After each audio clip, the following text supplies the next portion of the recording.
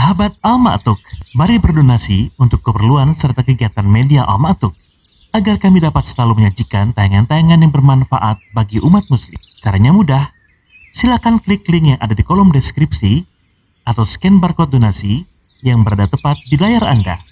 Jazakumullah khairan wa barakallahu fikum. Bismillahirrahmanirrahim. Assalamualaikum warahmatullahi wabarakatuh. Alhamdulillah, wassalatu wassalamu ala rasulillah wa ala alihi wa ashabihi wa man wala. Amma ba'du, fa inna asdaqal hadithi kitabullah wa khairal hadi hadi Muhammadin sallallahu alaihi wasallam wa syarral umuri muhdatsatuha wa kullu muhdatsatin bid'ah wa kullu bid'atin dhalalah wa kullu dhalalatin finnar. Ikhwas sekalian yang saya cintai karena Allah Subhanahu wa taala, siang hari ini kita lanjutkan pembacaan hadis-hadis Nabi Sallallahu Alaihi Wasallam yang ada di kitab Riyadhus Shalihin. Kita masih di bab al-isar wal muwasah, bab mendahulukan orang lain dan berbagi bersama mereka. Di bab ini kita masuk ke hadis yang ketiga. Wa an Abi Sa'idin Al-Khudri radhiyallahu anhu.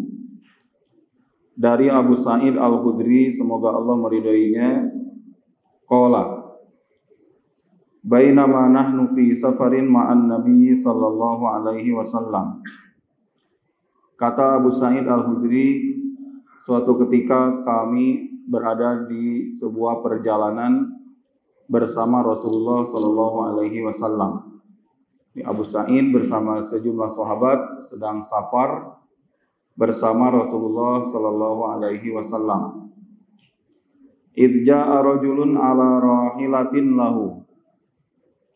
Tiba-tiba ada seorang laki-laki yang menghampiri. Dia berada di atas tunggangannya sendiri.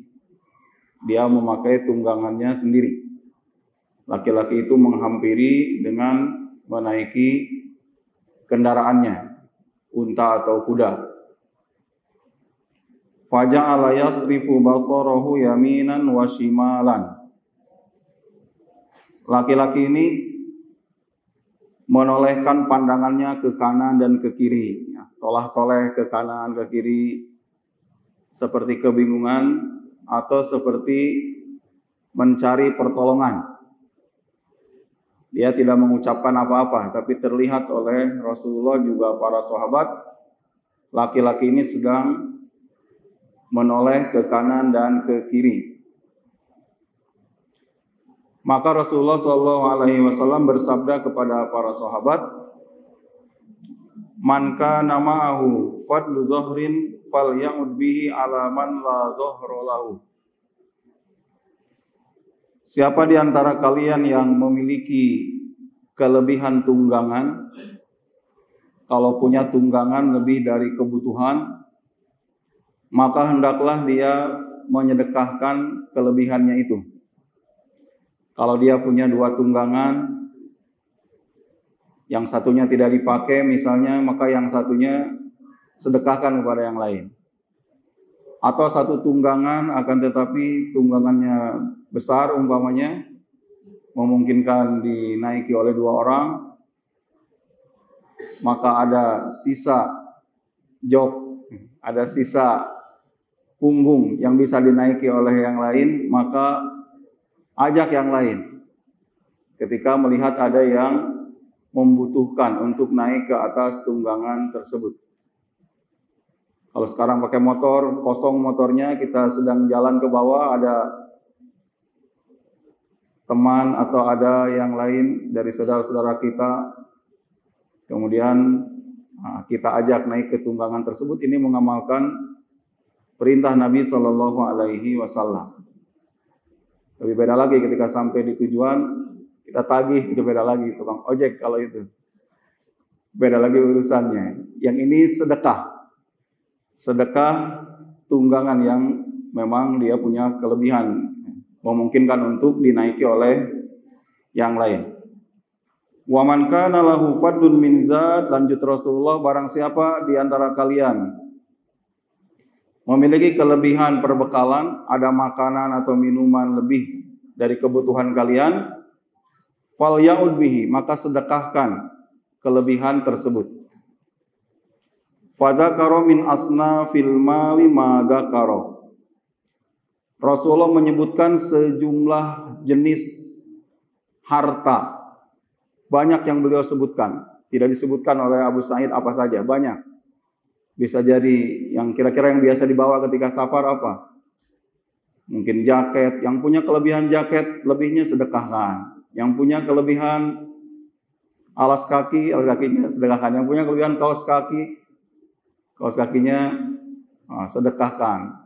Barangkali yang lain membutuhkan, di safar ini melewati malam hari, kemudian bisa jadi mereka kedinginan. Manfaat menyedekahkan kaos kaki kepada yang membutuhkan. Rasulullah menyebutkan sejumlah hal. Kalau punya kelebihan ini, sedekahkan kepada yang lain. Sehingga karena banyak yang disebutkan oleh Rasulullah SAW, kata Abu Sa'id Al-Khudri, hatta ra'aina annahu la haqqa li ahadin minna fi fadlin. Sehingga kami para sahabat memandang bahwa tidak ada hak bagi kami itu dari kelebihan-kelebihan harta. Tidak boleh ada kelebihan yang kami miliki. Ini menunjukkan pemahaman yang mendalam dari para sahabat atas instruksi Rasulullah SAW tadi, atas anjuran dari Rasulullah SAW. Ini sifatnya bukan wajib, anjuran dari Rasulullah SAW. Tapi karena mendalamnya pemahaman mereka, semangatnya mereka untuk beramal, sampai kami itu memandang tidak pantas kalau ada kelebihan yang kami bawa. Harus sedekahkan, lebih sendal sedekahkan kelebihannya, lebih makanan sedekahkan. Diberikan kepada orang yang tadi celingak-celinguk tadi itu oleh para sahabat ridwanullahi alaihim ajmain. Nah, hadis ini diriwayatkan oleh Imam Muslim. Hadis sahih diriwayatkan oleh Imam Muslim. Dari hadis yang barusan kita baca ada sejumlah faedah yang ingin kita sebutkan.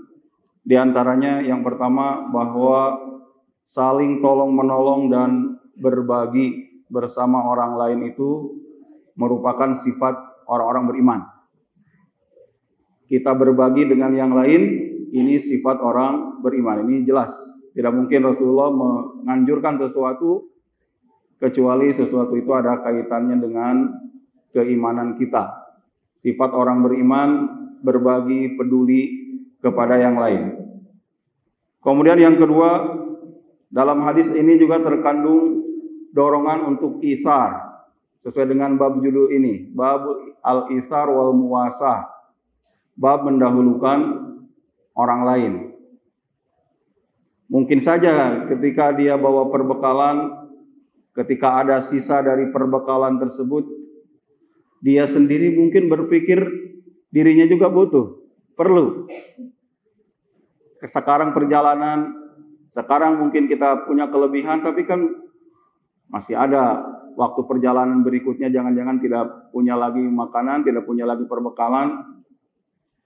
Maka ketika dia berbagi saat melihat ada yang butuh kepada barang tersebut, maka ini menunjukkan dia tengah melakukan itsar, mendahulukan yang lain.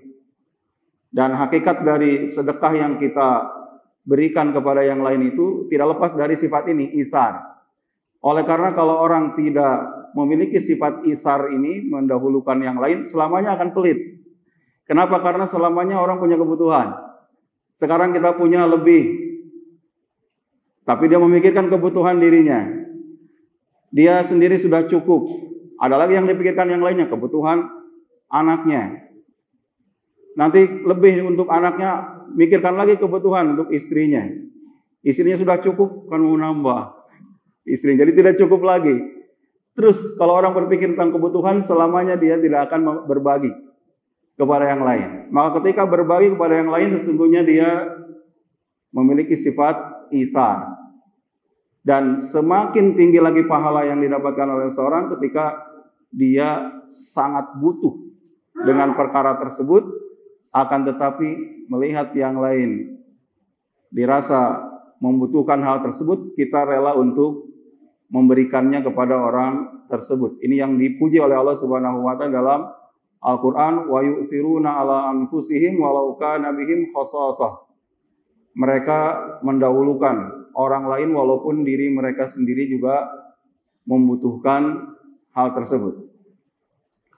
Kemudian yang ketiga dari faedah hadis ini, kita dituntut untuk perhatian kepada Ibnu Sabil, kepada orang yang sedang berada di perjalanan. Kita memperhatikan, jangan-jangan mereka butuh sesuatu. Terkadang Ibnu Sabil pada dasarnya mereka orang kaya, ya kan? Tapi ketika di perjalanan, belum tentu semua yang dibutuhkannya itu dibawa oleh dia. Seperti orang ini punya kendaraan, dia juga berpakaian. Tapi tetap dilihat oleh Rasulullah membutuhkan sesuatu, sehingga Rasulullah menganjurkan kepada para sahabat untuk berbagi kepada orang ini. Makanya perhatian terhadap Ibnu Sabil ini, orang-orang Timur Tengah, orang-orang Arab Saudi itu perhatian dengan hal ini. Dan mungkin juga menular ke sebagian kita. Apalagi di musim haji seperti ini. Coba bersepeda ke sana, sebentar lagi berangkat, insya Allah. Bagaimana mereka memandang meskipun tahu bersepeda ini, haji, furoda bayarnya 300 juta. Dilempari air tetap di perjalanan itu, dilempari snack. Tahu lagi lapar-laparnya, lagi haus-hausnya bersepeda meskipun banyak uang. Dilempari, betul-betul perhatian berlomba orang itu ingin melayani Ibnu Sabil, melayani orang-orang yang sedang berada di perjalanan ini. Kenapa? Karena belum tentu semua mereka bawa banyak uang. Kalau nggak bawa air, haus, nggak bisa makan uang. Ya, nggak bisa. Dia butuhnya air. Maka perhatian Ibnu Sabil, dan salah satu mustahik zakat juga di dalam agama kita adalah Ibnu Sabil ini. Kemudian yang keempat dari faedah hadis ini, bahwa apabila kita memiliki kelebihan dari harta yang kita miliki, maka dianjurkan untuk berbagi kepada yang lain. Mungkin barang-barang itu, yang namanya kelebihan berarti saat ini sedang tidak kita butuhkan. Apabila kita punya barang yang mungkin sudah tidak dipakai, ya kan? Bukan dikoleksi. Kita sering-sering nyortir lemari kita, mungkin dia masih layak pakai, menurut kita sudah bosen dengan warna ini atau jenis ini, mau beli yang lain, kebetulan banyak uangnya, sehingga kita mau beli lagi yang lain, yang ada di rumah bukan dikoleksi. Ini sunnah Nabi SAW. Barang siapa memiliki kelebihan dari apa yang dibutuhkan, tadi banyak dicontohkan oleh Rasulullah, ini bisa melebar juga kepada segala hal yang kita miliki, yang ada di rumah kita. Punya celana banyak, punya jaket banyak, punya batik banyak. Kita seleksi yang mungkin sudah kita nggak pakai, kita mungkin jarang pakai, kan, tapi yang lain masih memandang itu layak pakai. Maka sering-sering kita sortir apa yang sudah tidak dipakai itu dan dibagikan kepada yang lain. Jadi dasarnya adalah melihat ini masih layak untuk dipakai oleh orang lain. Bukan karena kita memandangnya sudah buruk, sudah robek-robek, sudah kita juga sudah, kalau makanan sudah tidak mungkin memakannya, sudah basi, baru diberikan kepada yang lain. Bukan itu dasarnya. Kalau ini justru tercela. Ada di dalam Al-Quran. Allah Subhanahu wa Ta'ala mengatakan, wala tayammamul khabitha minhu tunfikuna walastum bi'ahidihi illa antum midufi. Kata Allah Subhanahu wa Ta'ala, janganlah kamu memilih-milih barang yang buruk untuk kamu infakkan kepada yang lain, padahal kamu sendiri nggak mau memakainya, nggak mau meliriknya kecuali dengan mata yang kamu picingkan. Kamu juga memandang barang tersebut sudah buruk, ini jelek-jelek, nih kasih aja nih. Wah, kalau makanan sudah hampir basi, sebelumnya dijaga-jaga, ketika sudah basi baru dibagikan kepada yang lain, ini perbuatan tercela. Akan tetapi yang sudah tidak kita pakai, mungkin bagi kita sudah bosan atau sudah tidak layak atau kekecilan dan alasan yang lainnya, kemudian kita bagikan kepada yang lain kelebihan dari apa yang kita butuhkan tersebut, ini sunnah. Tadi dalilnya hadis yang sedang kita baca ini. Bahkan level yang lebih tinggi lagi dari orang-orang beriman, bahkan apa yang dia cintai juga, seandainya kita rela untuk menginfakkannya, maka ini dia sampai kepada kebaikan yang luas. Kata Allah Subhanahu wa taala, "Lan tanalul birra hatta tunfiqu mimma tuhibbun." Kalian tidak akan sampai kepada kebaikan yang luas kecuali atau sampai kalian menginfakkan apa yang kalian cintai. Kamu sendiri masih senang dengan hal tersebut, tapi melihat yang lain membutuhkan, melihat yang lain tidak pernah memiliki hal seperti itu. Kalau kita mungkin bisa beli lagi misalnya, kemudian kita infakkan, ini sampai kepada albir. Albir itu kebaikan yang luas. Kemudian pada yang lainnya, semangat sahabat mengamalkan anjuran Nabi. Tadi Nabi menganjurkan berbagi, mereka sampai merasa, waduh, jangan sampai ada sisa yang tidak kita butuhkan. Ini semangat yang harus juga menjadi semangat kita dalam mengamalkan anjuran-anjuran Nabi Shallallahu Alaihi Wasallam. Kemudian yang keenam, boleh seseorang meminta bantuan kepada manusia. Bolehkan, tidak menghalangi ketauhidan selama bantuan itu mampu dilakukan oleh manusia, juga tidak dengan cara yang memalukan, meminta-minta secara rutin atau sudah menjadi profesi dia meminta-minta. Kalau ini justru dicela oleh agama, apalagi meminta padahal dia tidak butuh-butuh amat. Ini dicela oleh Rasulullah SAW dalam hadis yang lain. Akan tetapi karena ada satu kebutuhan yang tidak ada pada diri kita, adanya pada yang lain, lalu kita meminta bantuan, maka ini tidak bertentangan dengan ketawakalan kita kepada Allah Subhanahu wa Ta'ala. Dan lebih utama lagi kalau kita menyembunyikan kebutuhan kita kepada manusia. Itu ada hadisnya yang lain. Hadis ini juga, orang ini sama sekali tidak menyampaikan permintaan tersebut kepada Rasulullah atau kepada rombongan Rasulullah yang saat itu berjumpa di jalan. Dia nengok kanan, nengok kiri, tidak meminta langsung kepada Rasulullah SAW. Akan tetapi maksudnya memang ada kebutuhan. Rasulullah paham dengan hal ini. Ini sekaligus juga faedah yang berikutnya, faedah yang ketujuh, bahwa cukup bagi kita memberi bantuan kepada yang lain sekedar melihat orang itu ada gelagat butuh bantuan. Meskipun dia tidak secara langsung meminta, sebaik-baiknya orang adalah dia paham, peka ketika melihat kebutuhan orang lain. Rasulullah tidak mendengar satu pernyataan pun dari orang ini butuh bantuan, tapi melihat gelagat dia, nengok kanan, nengok kiri ini. Atau dilihat juga mungkin dari raut mukanya ini kecapean, lapar, meskipun pakai kendaraan sendiri dia. Tapi Rasul langsung ngumumkan, ini dianjurkan. Seseorang memberi sekalipun dia tidak meminta, paham dengan isyarat. Dan ini sifat Allah Subhanahu wa Ta'ala. Salah satu makna karim yang merupakan sifat Allah Subhanahu wa Ta'ala adalah Al-Karim. Salah satu maknanya adalah memberi kepada hambanya walaupun dia tidak meminta. Nah, kemudian kita mengadopsi, kita memiliki sifat-sifat Allah Subhanahu wa Ta'ala yang maha agung ini. Ketika kita memiliki sifat-sifat Allah Subhanahu wa Ta'ala, tentunya yang jauh dari kesempurnaan Allah Subhanahu wa Ta'ala, akan tetapi ketika kita berusaha memiliki sifat itu, Allah pun akan mencintai kita gara-gara memiliki sifat-sifat Allah Subhanahu wa Ta'ala yang sesuai dengan hak kita. Kita juga paham, ini sudah jelas-jelas dia datang ke rumah kita, bertamu ke Jampang jauh-jauh, ke rumah Sependa, sudah dia cerita perjalanan sekian jam, dia cerita panjang lebar, nggak paham, maksudnya pengen minum. Itu hati-hati, seorang mukmin itu punya perasaan yang peka, tahu, paham apa yang dia maksud. Mungkin dia cerita anaknya baru masuk sekolah dan seterusnya, dia tidak berani untuk secara langsung meminta bantuan, oleh karena seutama-utama seorang mukmin menyembunyikan kebutuhan-kebutuhan tersebut tidak langsung meminta-minta, akan tetapi orang mukmin yang paham dengan hal itu akan segera berusaha membantunya, bahkan kalau tidak maka dia tetap berkata secara baik. Paham kita itu sebetulnya dia menginginkan. Nah, akan tetapi apa yang diinginkannya itu kita tidak punya.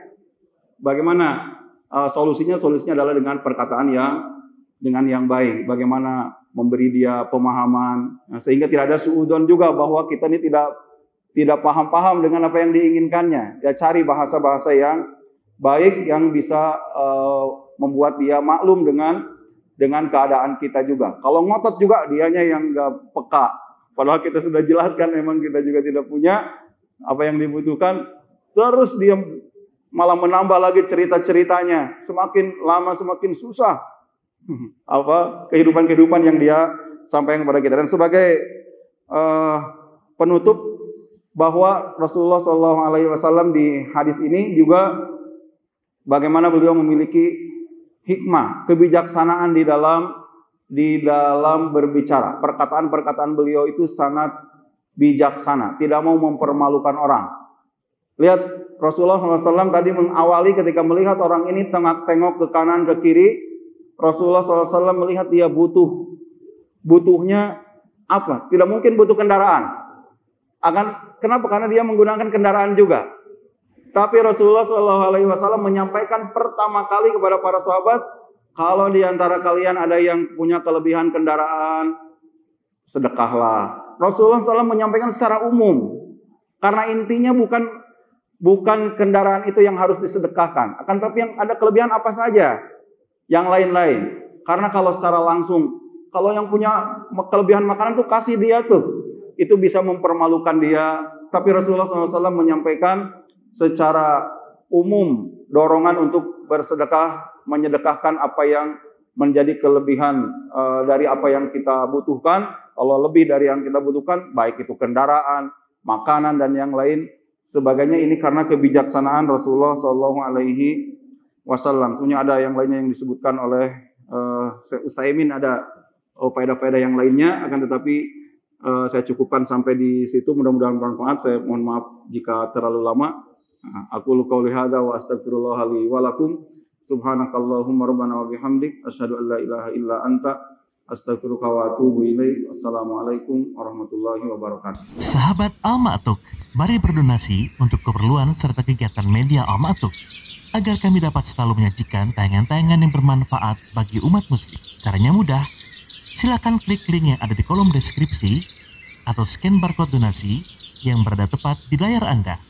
Jazakumullah khairan wa barakallahu fikum.